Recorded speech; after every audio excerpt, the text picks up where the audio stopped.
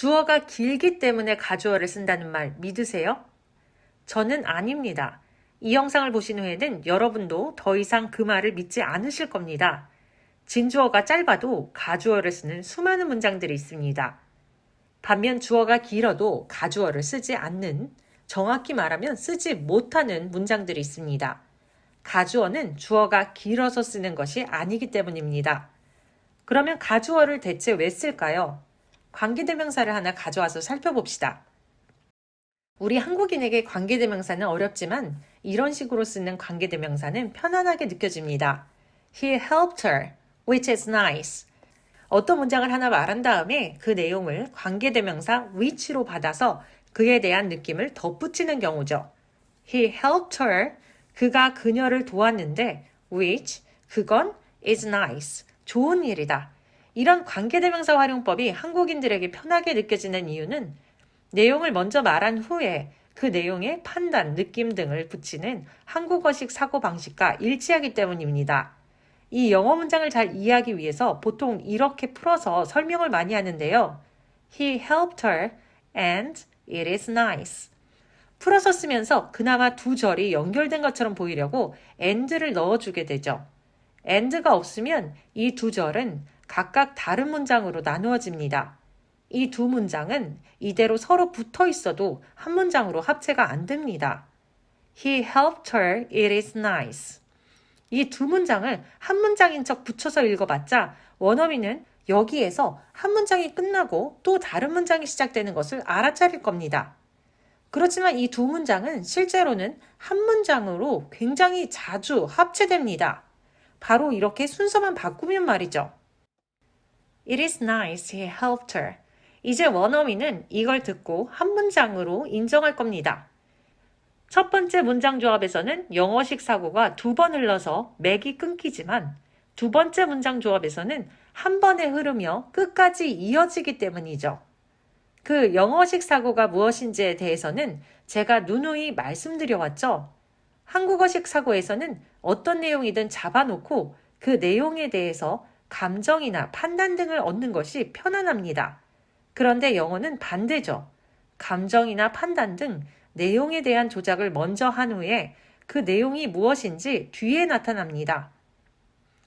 저는 그 조작이 나오는 문장 앞부분을 기능부, 조작의 대상이 나타나는 뒷부분을 내용부라고 했었습니다. 이런 식으로 말이죠. 기능에서 내용으로 흐르는 영어식 사고의 흐름이 이렇게 개체 하나, 서술 하나의 작은 단위 안에서도 나타나지만 개체 서술, 개체 서술이 반복되는 구조 안에서 더 큰 단위로 나타날 수도 있습니다. I think he's honest. I don't think he's honest. 뒷부분의 개체 서술에 긍정, 부정 조작이 들어간 I think he's not honest 식의 문장보다는 앞부분의 개체 서술에서 조작이 들어간 I don't think he's honest를 영어식 사고에서는 더 편하게 여긴다고 했죠. 이런 영어식 사고는 한국인들에게는 답답합니다.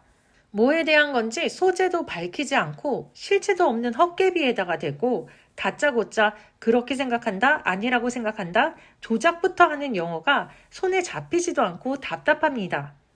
영어는 내용물 없이 겉껍질, 즉 틀에서부터 시작합니다. 그렇게 보면 속이 텅 비어 보이는 이 틀에 똑같이 속이 비어 보이는 가주어, 이시 함께 쓰이는 것은 영어의 입장에서는 너무나 당연한 일입니다. 자연스럽고 편안한 일이기까지 합니다. It is true that he is honest. It is not true that he is honest. 가주어 is를 쓰지 않으면 원어민은 조금 답답하게 느낍니다. 왜 그런지 봅시다. 한국어 문장은 감싸서 만들고 영어 문장은 열어서 만든다고 했던 거 기억나시죠? 한국어 서술은 세세한 것을 크게 감싸고 영어 서술은 큼직하게 열면 세세한 것이 쏟아져 나오는 반대의 느낌이라고 했습니다. 이 느낌 그대로 안고서 한국어 문장부터 살펴봅시다. 그가 정직하다는 건 사실이다.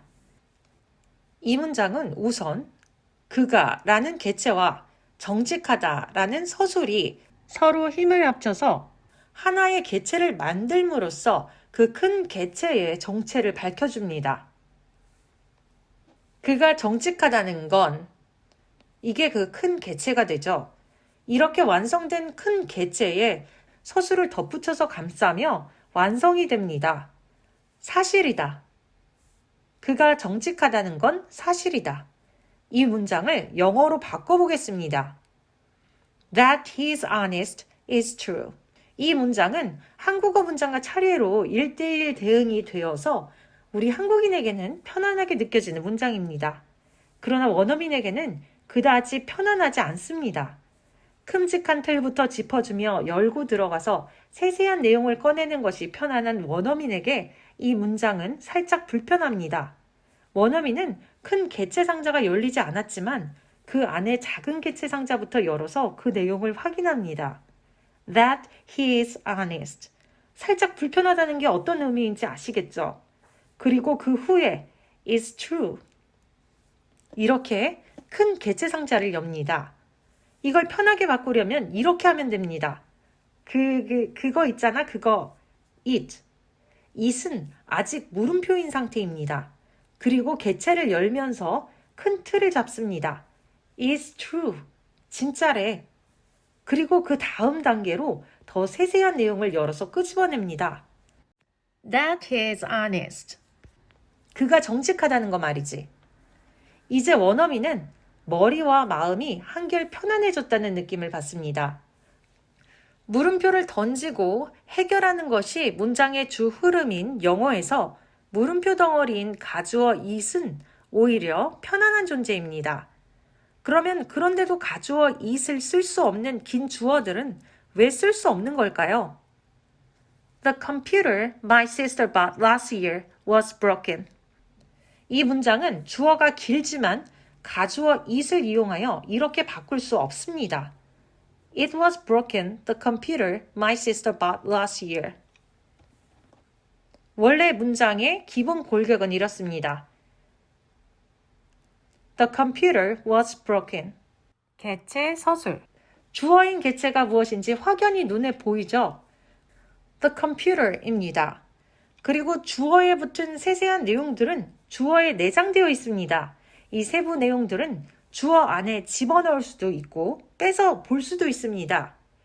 주어가 커졌다고 해도 개체의 크기만 연장되어 커진 것에 불과하죠. 그러면 가주어 it을 쓰는 경우의 주어들은 어떨까요? 이 주어들은 애초에 하나의 개체로 나타낼 수 없습니다. To study is fun. 눈에 보이지도 않고 귀에 들리지도 않지만 이 문장의 주어는 실제로는 개체를 앞에 달고 있습니다. For anyone to study is fun. 주어가 애초에 개체를 달고 있는 서술이니까요. 개체와 서술이 함께 동등하게 연결되어 주어를 만듭니다.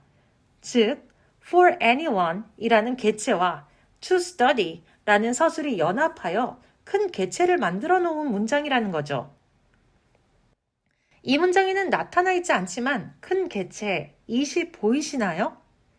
이게 보이신다면 영어식 사고가 여러분 머릿속에 들어가고 있는 것입니다. To study는 영어 주어가 되기에는 세세해서 조금 답답합니다. 이 원어민의 답답함 느껴지시나요?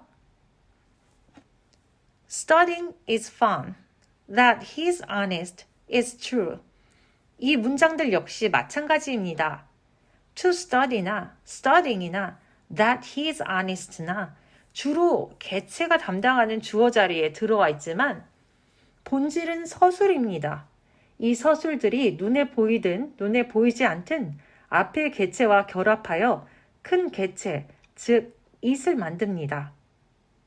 다시 말하자면 큰 개체 상자 안에 담긴 작은 개체 상자를 열어야 이 주어들의 정체가 드러난다는 이야기입니다. 이렇게 깊숙이 담긴 주어들의 정체부터 공개하는 건 영어의 사고방식과 잘 맞물려 돌아가지 않죠. 영어에서 이런 주어들은 물음표 상자인 it 안에 우선 담아두고 큰 틀부터 처리합니다. it의 정체가 무엇인지 앞문장 등에서 보이지 않아도 원어민들은 당황하지 않습니다. 원어민은 앞문장에서 it이 무엇인지 나타나지 않으면 it이 어떤 개체와 서술을 담고 있는 모호한 큰 개체 상자라는 것을 압니다. 큰 개체 상자에는 어떤 동작이나 상황이 들어있겠죠. 그래서 가주어 it에는 it is fun, it is true 등 특정 동작이나 상황에 대한 감정을 나타내거나 판단을 내리거나 혹은 조작하는 표현이 주를 이룹니다. 그러면 아까 살짝 봤던 문장을 다시 불러와 보겠습니다. 이제 이 문장의 주어를 왜 가주어로 바꿀 수 없는지 더 명확히 보입니다. 주어를 가주어로 바꾼 이 문장에서 앞에 세 단어만 읽어보아도 이건 잘못되었다는 게 느껴집니다.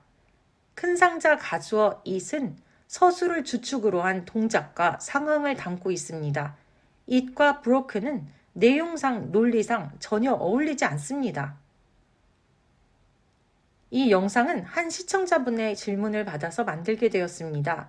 저의 이 희한한 공부법이 활개를 칠 수 있도록 멍석을 깔고 반겨주셔서 진심으로 감사드립니다. 멍석 깔아주시는 모든 분들 정말 감사합니다.